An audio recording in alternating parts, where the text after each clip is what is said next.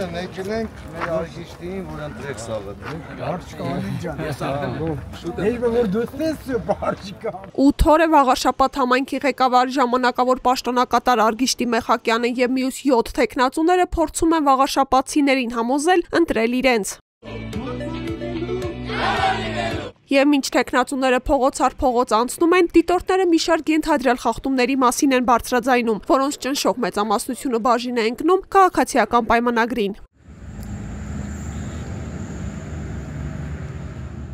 Հոկտեմբերի 21-ին քարոզարշավի մեկնարկի նախորդ օրը համայնքի Դողս գյուղում քաղաքացիական պայմանագիր կուսակցության մի շարք տեխնացուների մասնակցությամբ տեղի էր ունեցել բարեգործական միջոցառում, որի ժամանակ համայնքի բազմաթիվ բնակիչների տրվել էին թանկարժեք նվերներ։ Սա կարող է դիտվել ոչ միայն վարչական ռեսուրսի չարաշահում, այլև քրեական վարույթի առիթ դառնալ, ասում է Դանիել Յոնիսյանը։ Տեսնում ենք, որ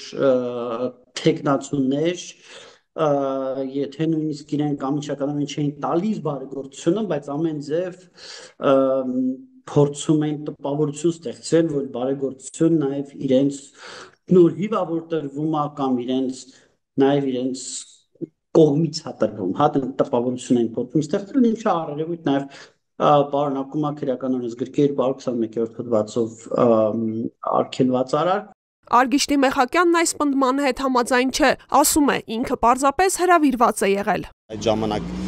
դեռ նախընտրական քարոզչությունը սկսված չի եղել եւ այդ միջոցառման ժամանակ ես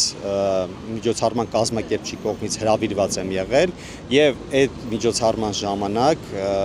որևէ կերպ, որևէ դրվագում չի շոշափվել ընտրությունների թեման, չի շոշափվել քաղաքական որևէ թեմա։ Կա արդյոք հանցակազմ կպարզի քննությունը, անկախ դիտորդը հաղորդում է ներկայացրել գլխավոր դատախազություն, որն էլ իր հերթին այն ուղարկել է հակակոռուպցիոն կոմիտե։ Իրավապահ կառույցից Ֆակտոր TV-ին փոխանցեցին, որ ստացված նյութերով նախաձեռնվել է քրեական վարույթ։ Սա սակայն տասնյակ ենթադրյալ խախտումներից միայն մեկն է։ Մենք արձանագրել ենք մի շարք դեպքեր, երբ պետական պաշտոնյաները, մասնավորապես Արմավիրի մարզպետը, աշխատանքային ժամերին եւ պաշտոնական դիրքից հանդես գալիս, քարոզչական բնույթի գործունեություն է իրականացրել, այսինքն իր անձնական Facebook-յան էջով տարածել է քարոզչական նյութեր, ինչպես նաեւ մասնակցել է քարոզարշավին։ Միևնույն ժամանակ չկա պաշտոնական տեղեկատվություն մարզպետի արձակուրդում գտնվելու վերաբերյալ եւ ինչպես նաեւ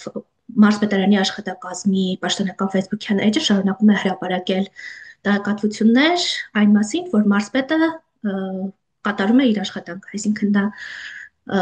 զուգորդում է իր պաշտոնական աշխատանքը քարոզչության հետ։ Միայն Արմավիրի մարզպետը չէ, որ զբաղվում է Մեխակյանի քարոզչությամբ։ Հետքը դեռևս օրեր առաջ էր արձանագրել, որ Մեխակյանի նախընտրական գովազդային նյութերը տեղադրվում են Խոյ համայնքի բնակավայրերի Facebook-յան պաշտոնական էջերում։ Այդ հարթակները լցված են ոչ միայն իշխանական տեխնացուի քարոզչական նյութերով, այլև գովազդում են քաղաքացիական պայմանագիր կուսակցությունը։ Դրանք սակայն շատ արագ հեռացվեցին։ Մեխակյանը պնդում է, ինքը չի հրահանգել։ Դա չիմացության արդյունք է եղել։ Միտումնավոր կողմից չիմացության թե իրենց։ Չէ, իրենց կողմից, որովհետև կոնկրետ էջը վարողը իր նախաձեռնությամբ է արել, եթե անկած ես չեմ իմանում ովքեր են այդ մարդիկ, բայց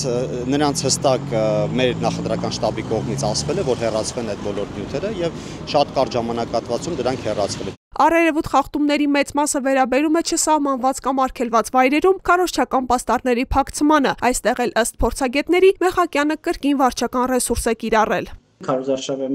առաջին օրը ուրեմն համայնքապատկան տեխնիկայով, այսինքն մեծ հաշվով հարկատուների հաշվին, համայնքային տեխնիկայով, համայնքային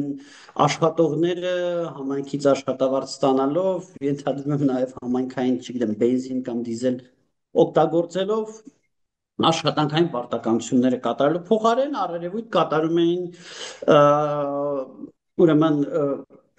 քաղաքացիական պայմանագիր կուսակցության նախընտրական քարոզչությունը, այսինքն փակցնում էին ԿՊ-ի պաստառները։ Արգելված վայրերում պաստառներ փակցնելու վերաբերյալ ահազանգեր եղել են նաև մյուս քաղաքական ուժերի տեխնացուների հետ կապված։ Իհարկե քաղաքացիական պայմանագիրը տարբերվում էր նրանով, որ դա անում էր համայնքային ուժերով, ըստ էության հարկատուների հաշվին, բայց արգելված վայրերում պաստառներ նաև նկատվել են այլ ուժերի կողմից փակցված, որոնց մասով միաժամանակ պետք է ազնվությամբ ասեմ նկատվում է ընտրական մարմինների կամքը այդ արգելված վայրում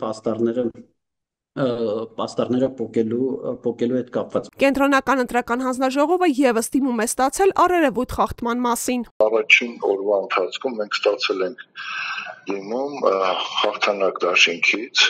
նույն ապավանդակ դիմում ստացել է նաև կենտրոնական ընտրական հանձնաժողովը, թեկնածուներից մեկի սխալ սահմանված վայրերում պաստառները փակցնելու վերաբերյալ։ Մինչ դիմումը ստացել էինք մենք արդեն իսկահալ զանգ, մենք ինքներս էլ շրջայցի ժամանակ դա նկատել ենք եւ զգուշացրել ենք համապատասխան թեկնածուներին, որ սահմանված վայրերում պաստառներ չփակցնեն եւ դիմումը ստանալու պահին արդեն իսկ դիմումը մեր մոտ մուտքագրվելու պահին այդ այսպես կոչված արձանագրված խախտումը վերացված է եղել։ Քարոզարշավը կշարունակվի մինչև նոյեմբերի 15-ը, այդ օրը կլինի լռության օր։ Նոյեմբերի 16-ին վաղաշաբաթը կընտրի նոր ավագանի, որն էլ իր կազմից կընտրի նոր համայնքապետին։ Թե ինչ խախտումներ կարձանագրվեն մինչ այդ, որքանով արդար եւ թափանցիկ կանցնեն ընտրությունները եւ ի վերջո ով կզբաղեցնի հարազատների հետ կապված կոռուպցիոն սկանդալից հետո հեռացված Դիանա Գասպարյանի աթոռը, պարզ կդառնա շուրջ 20 օր անց։